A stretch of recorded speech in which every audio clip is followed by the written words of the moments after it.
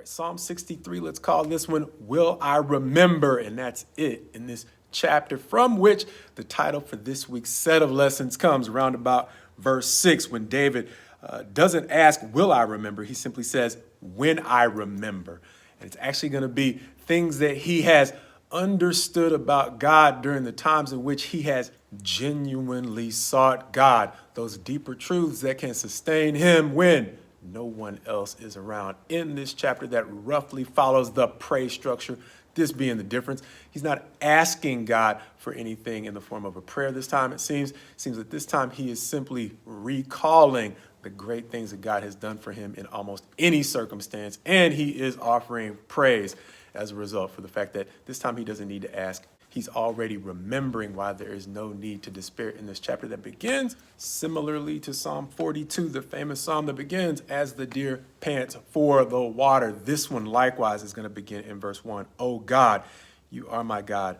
Earnestly I seek you. My soul thirsts for you. My flesh faints for you as in a dry and weary land where there is no water. And as we've said before, thirsty ain't a good look unless you're thirsty for something that actually matters. And we're going to see how that actually helps David out as he recalls in verse 2.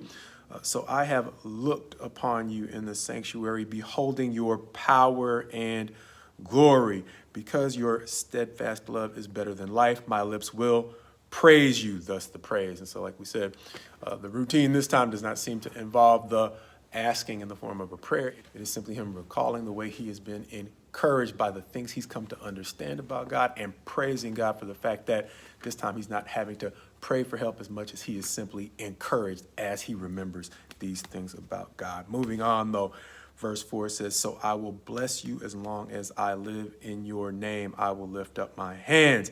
Verse 5, my soul will be satisfied as with fat and rich food, and my mouth will praise you with joyful lips when I remember, thus our title, you upon my bed, and meditate on you in the watches of the night. 4, recalling again, you have been my help, and in the shadow of your wings I will, once again the praise, sing for joy. As he says, my soul clings to you. Your right hand upholds me. That is super similar to the way he began in verse 1, talking about the way in which he diligently or earnestly sought God, and his soul actually thirsted for God. And so once again, the thirst isn't as bad, or it's not as bad a look when we realize that the same God who might have been allowing him or actually strengthening him to perform publicly in spite of the hostility of the crowd is now in his time of private reflection, allowing him to find joy that's once again not dependent upon the support of anyone